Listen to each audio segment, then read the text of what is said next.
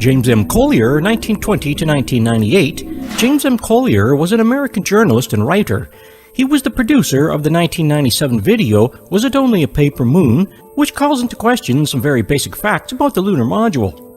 A major point followed up by Collier, and quite exhaustively so, relates to the dimensions of the lunar lander hatch, and whether an astronaut fully kitted out in his spacesuit with backpack could have actually managed to climb through the small aperture. Collier was amazed that almost all the original design documentation for the lunar module and all of its telemetry tape data have been misled, lost, or purposefully destroyed. Steve the Chemist. Steve the Chemist is a YouTube channel dedicated to showing that the moon landings were probably faked by NASA. I suspect that the author is actually a physicist, as most of his proofs are based on the mathematical laws of physics. His work is well presented, clear and concise, and in the main rather compelling. Aaron Rainin. Aaron Rainin is a filmmaker who directed and produced the documentary Did We Go?, a documentary available for purchase on DVD or freely accessible in 6 parts on YouTube. Previously a believer, Rainin was paid by the state of Ohio in 1999 to spend 1 year trying to prove that we actually landed on the moon. The state of Ohio had companies involved in various aspects of the Apollo project and wanted to use this to advertise that Ohio was a great place to live and work.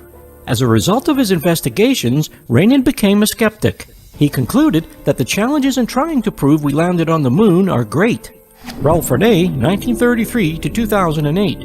Rene was an inventor and a self-taught engineer buff.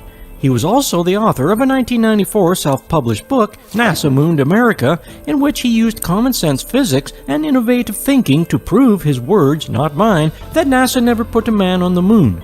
He contends that the whole Apollo saga was just a Hollywood-like production produced with the help of the CIA and other unmentioned clandestine organizations. Jay Weidner.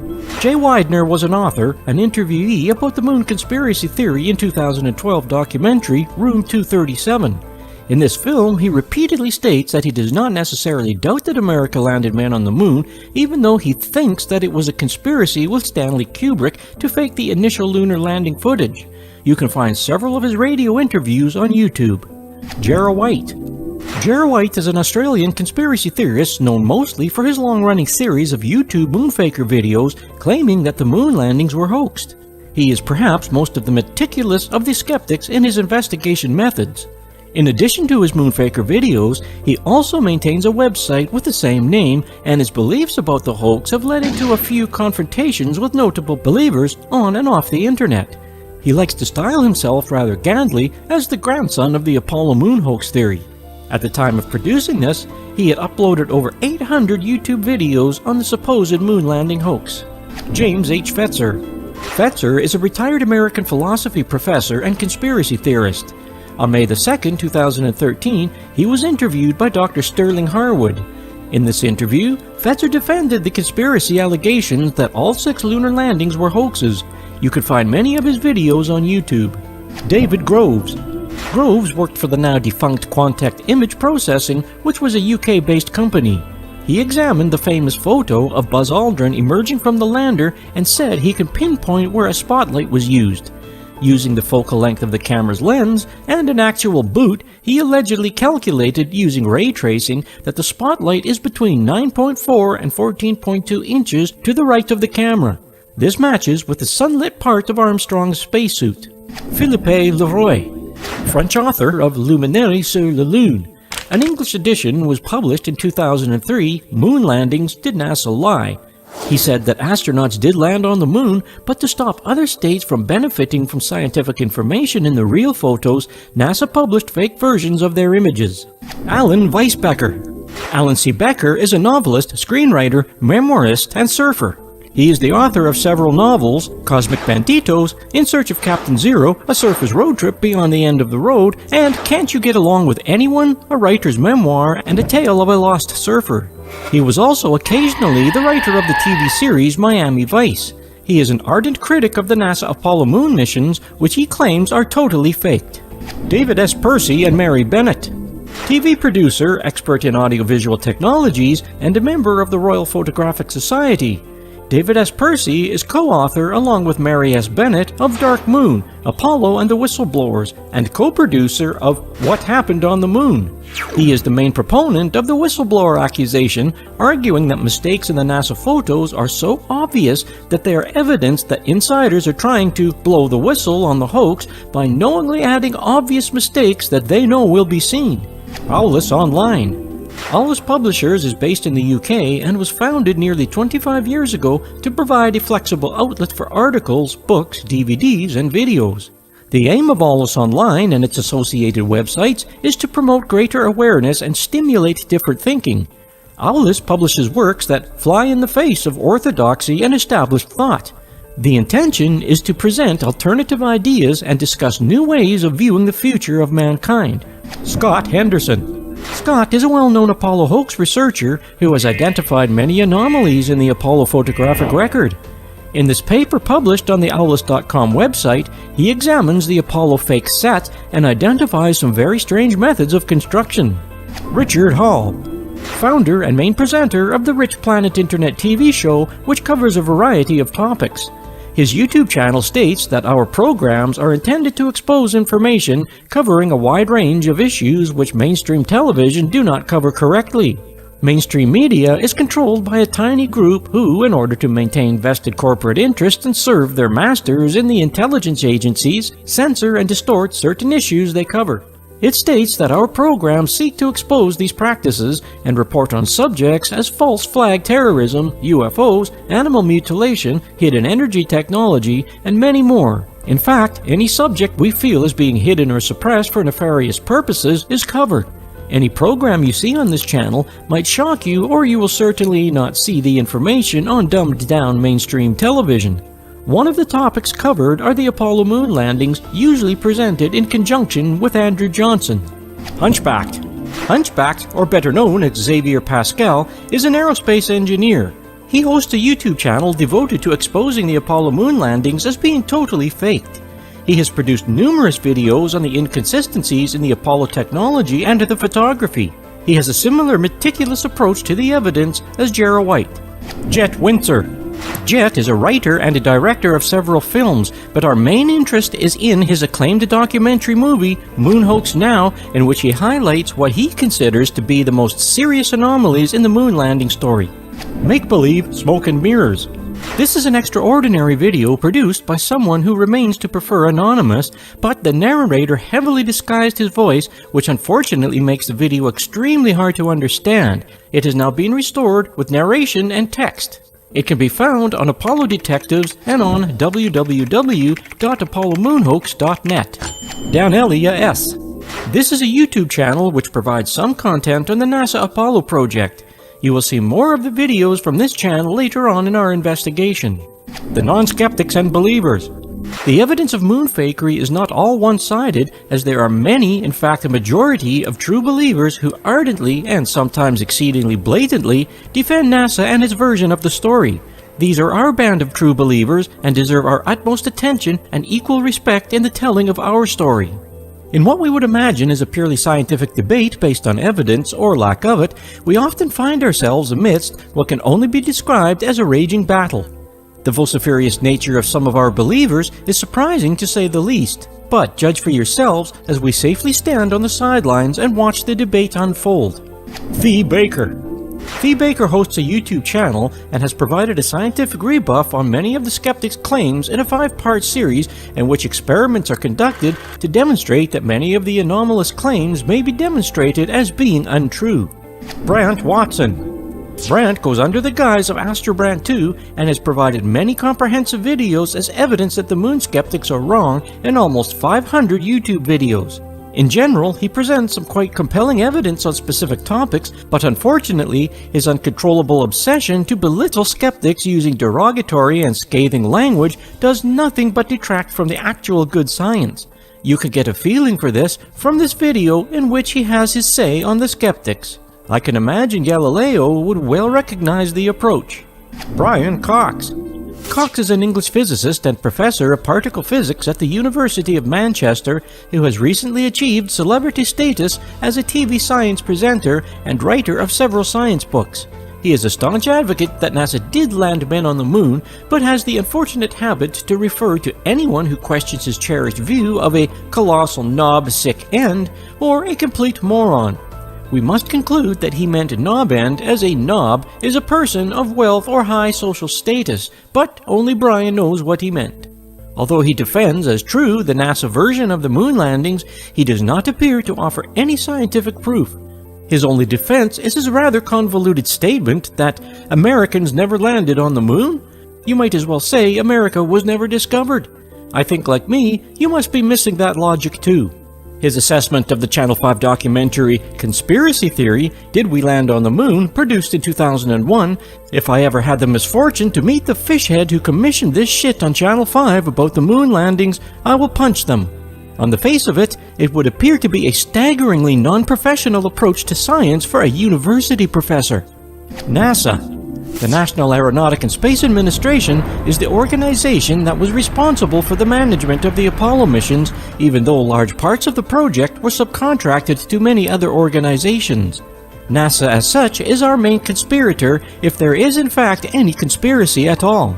All of the information concerning the Apollo missions has its source in the NASA archives. It is the discrepancies in the Apollo story that the skeptics imagine that they see in this information that is the basis for our adventure story. NASA was represented by Dr. Brian Welsh, NASA Director Media Services, until his untimely death in November of 2000 at the age of 42 from a heart attack. He was responsible for the overall agency's news operations, NASA television, and the agency's internet efforts. His defense of the NASA version of the events was a bit like that of Brian Cox. The hoax subject wasn't worth discussion. Spectre Studios. Spectre Studios has produced a 5-part series on YouTube under the title of Lunar Legacy, which sets out to debunk most of the skeptics' theories using scientific analysis. The Mythbusters. The Mythbusters is a TV science show duly hosted by special effects experts Adam Savage and Jamie Heineman. They claim to use elements of the scientific method to test the validity of rumors, myths, movie scenes, adages, internet videos, and news stories. They made several shows on the moon landing hoax theories and, according to them, debunked each one, but others choose to differ with their analysis, as we shall see later.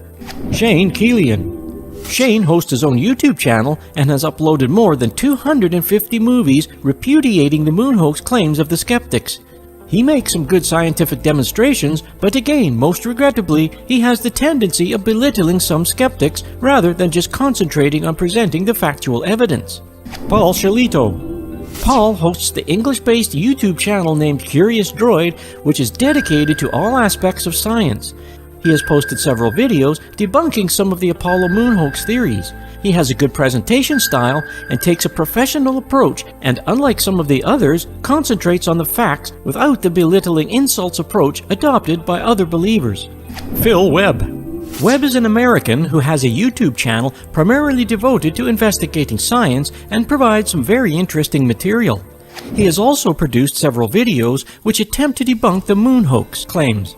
Jay Windley. Jay Windley founded the Clavius website in 1999, which is devoted to supporting the Apollo moon landings and provides detailed scientific explanations on many topics. It also provides evidence to show that many of the anomalies identified by the skeptics in the moon landing controversy are, in his opinion, incorrect. Vintage Space. Vintage Space is a website fronted by Amy Shearer Title, who is the glamour girl of space science. She has produced many simple-to-follow videos in support of NASA's version of the moon landings. Phil Plait. Phil is an American and an ardent Apollo believer who hosts a YouTube channel on astronomy and is also a webmaster for the Bad Astronomy website. Jerry Williams. Jerry is an American who uses the YouTube pen name of Great Sapien. He has produced many good critiques on the Apollo moon landing anomalies identified by the skeptics. The Battlefield. You will notice as our story unfolds the surprisingly antagonistic approach of a few of our NASA believers, especially Astrobant 2, Brian Cox, and Shane Keelan, all of which may be judged to be in the extreme and unnecessary, but here my point of view adds little to the actual debate. For a few of our Apollo believers, it is often seen to be the case of first attacking the messenger rather than attacking the message.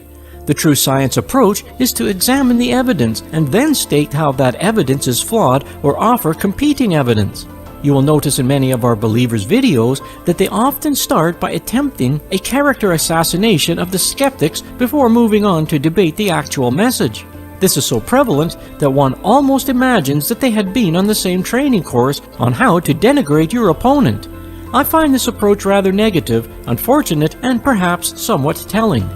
There has actually been quite a savage battle between Astral Brand 2 and Jera White, which has involved threats of using lawyers, not scientific experts, but nothing less than the formal legal brigade.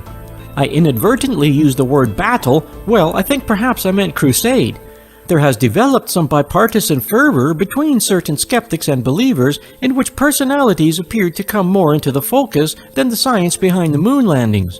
You will see what I mean as we tread carefully through this morass of evidence. Standing up to be an outspoken skeptic of the NASA Apollo moon missions is not an easy role, as Hunchbacked explains. I did caution you that this would be a rather bumpy ride.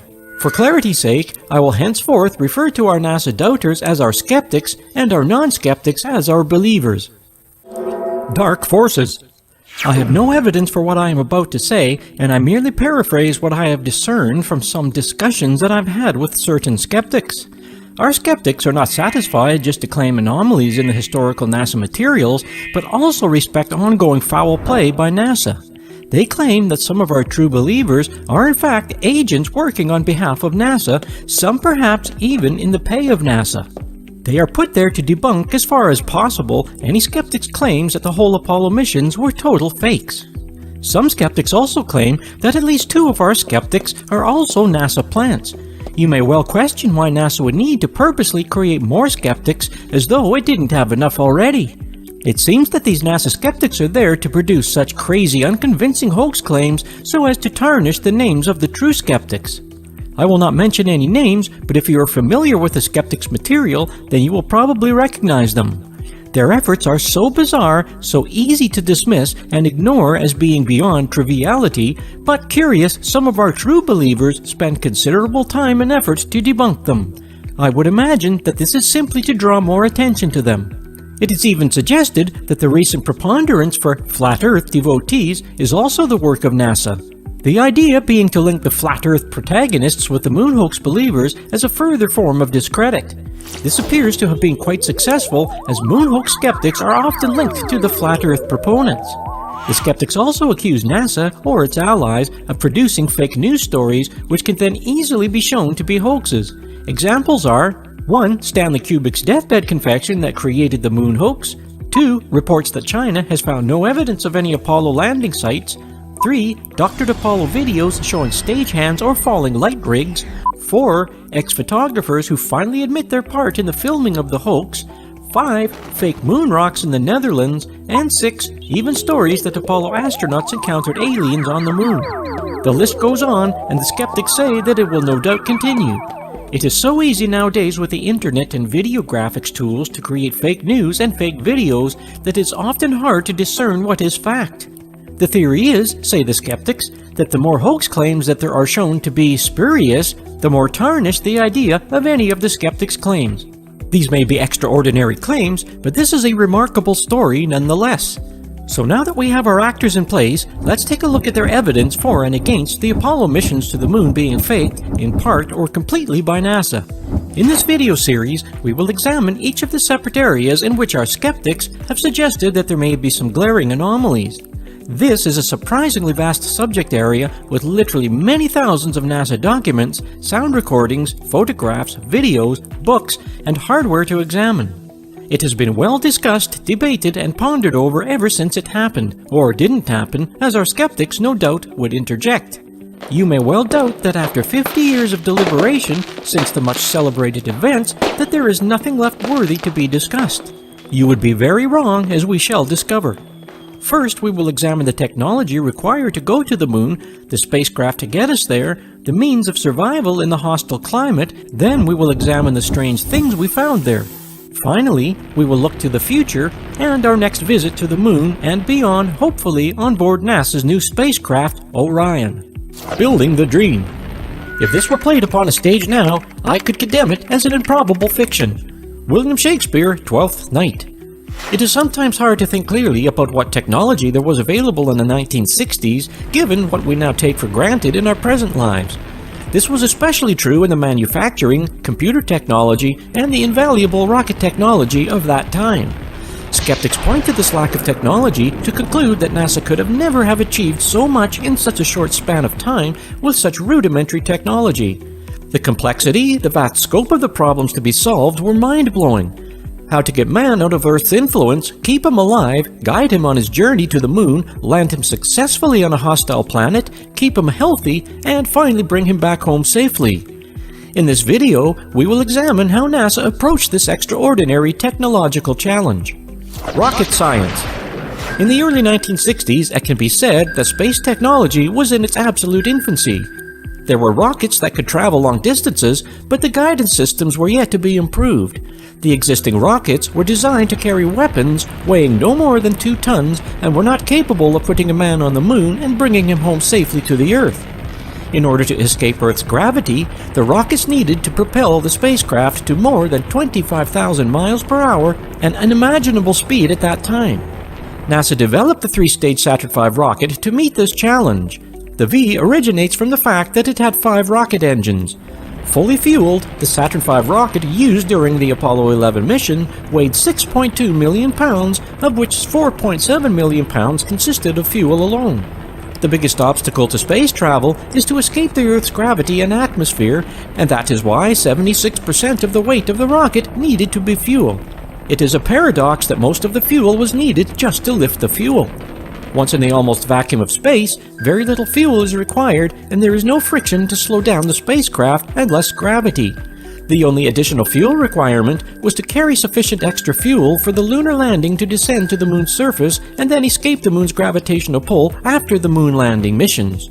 The moon's gravity is 1/6 of that of the Earth's, so this requirement is much smaller, only 18,000 pounds. According to NASA, the Saturn V generated enough thrust to lift a 130-ton payload into space and low Earth orbit. The Saturn V rocket was taller than a 36-story building at 363 feet. As such, it was the largest, most powerful rocket ever launched and still remains so to this day after half a century. Powered by 5 engines, in each of its 2 stages, the rocket produced 7.5 million pounds of thrust at liftoff and could lift 260,000 pounds into space. For the first stage of the rocket, turbopumps with the power of 30 diesel locomotives forced 15 tons of kerosene and liquid oxygen fuel per second into the 5 F1 engines. Imagine that, an astonishing 15 tons of fuel burnt every second. This makes my petrol-guzzling Jaguar look positively efficient. I am sure that not too many of you have had the privilege to stand beside the Saturn V rocket as I did at Cape Canaveral many years ago, but I can attest that it is a monstrous vehicle. In fact, it is hard to contemplate that it is really a vehicle at all, and not some permanent monument like the Eiffel Tower. It is even difficult to see the tiny capsule at the top, which is really only the permanent part of the vehicle after launch, as the rest of it is discarded after takeoff. You also need to imagine that this piece of technology consisted of over 6 million separate parts, all of which needed to be manufactured to the highest precision and exhaustively tested.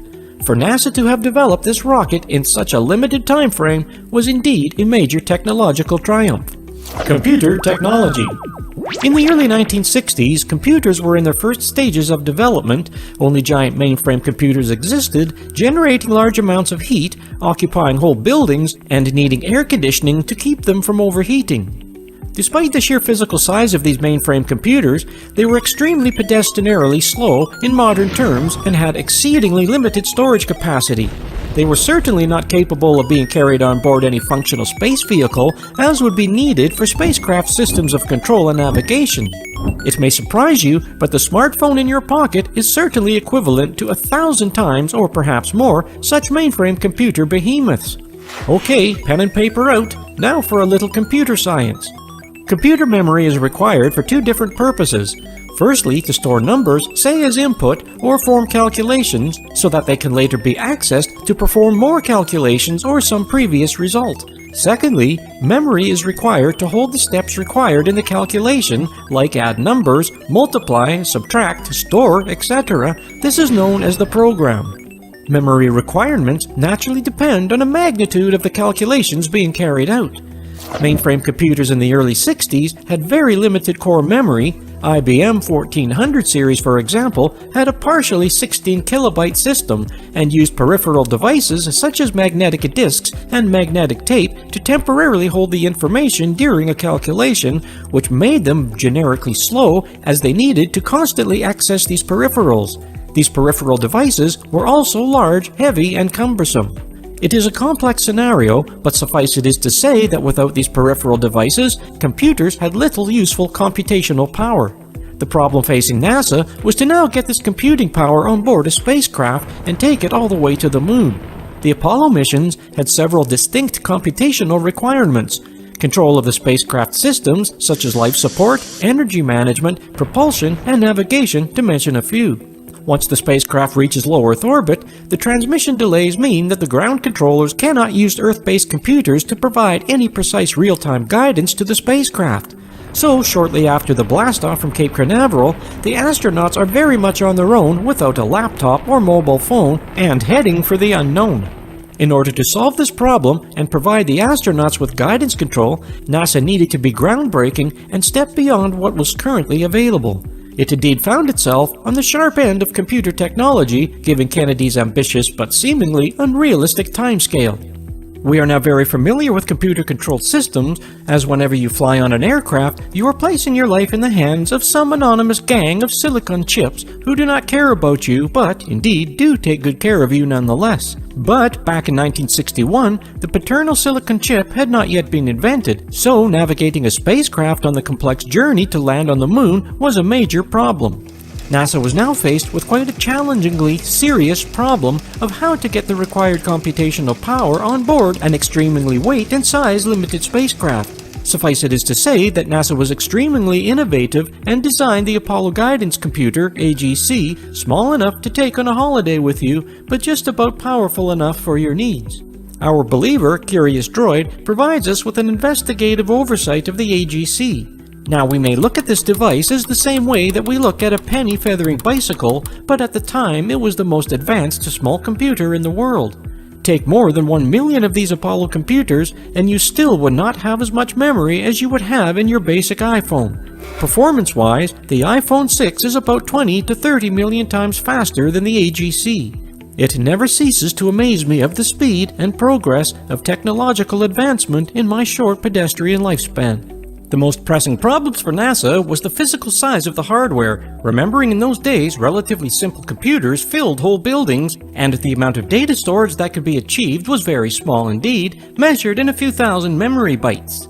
As a guide to what was necessary, in 2002 a modern computer required 64 megabytes, 1 megabyte is 1 million bytes of information, of memory to handle the parameters in the simulated moon landings, but the small computer on board the Apollo 11 spacecraft in 1969 had only 72 kilobytes of storage, that is, 1 kilobyte equals 1000 bytes of information. As a comparison, that the old simple MP3 player that you assigned to the bin many years ago had 50,000 times more storage. The solution adopted by NASA was to use the available very limited memory of data storage and to hold the steps in the program instructions of the core-roped fixed memory. This separation of these functions enabled NASA to build a small onboard computer about the size of your wife's shoebox. Core-roped memory was not entirely new in 1961, but NASA managed to reduce the size and increase the functionality. For the eager scientist among us, I will briefly explain what core-roped memory is all about. You perhaps know that computers do not handle numbers as we do, but only concern themselves with zeros and ones, like a switch that either can be off, 0, or 1, on. Core-roped memory makes use of this simple concept by passing wires either through a series of rings, signifies one core, or outside bypassing the ring, signifies a 0, in a long metal rope. In this way, a complete set of instructions can be held in a simple knitted metal rope, and they were actually knitted by skilled women. The building of the program, steps into the core memory, was a very time-consuming task, and one single program could take several months to complete and could easily be subject to many unexpected errors, and flying to the moon, the last thing you need are errors. It was therefore essential to carefully check the work for errors after the rope core memory had been manufactured, and any errors resulted in core memory being returned to the factory to be corrected or completely redone. Writing an efficient program was essential given the very limited storage and a reasonably rapid response to input commands. In fact, the software was one of the biggest challenges for NASA and one that almost delayed the entire Apollo program. The problems are well summarized in this video posted by Joshua Bonini. Now some of our skeptics, for example Hunchbacked, claims that the rope core memory developed by NASA could not have worked as described, and also suggests that there are serious anomalies in how the Apollo guidance computer was assembled. Additionally, Hunchbacked claims that the Apollo program code is not viable, or something totally unique in programming. This is a very technical area and not too easy to comprehend for us lay people, but suffice it is to say, Hunchbacked believes there are some serious scientific doubts that the computer building and functionality of the Apollo guidance computer. The believers will tell you not to worry, it worked really fine, all 6 times that the Apollo missions landed on the moon. Jimmy Look, a private collector, bought 2 tons of assorted Apollo hardware from NASA, which included many parts of the AGC.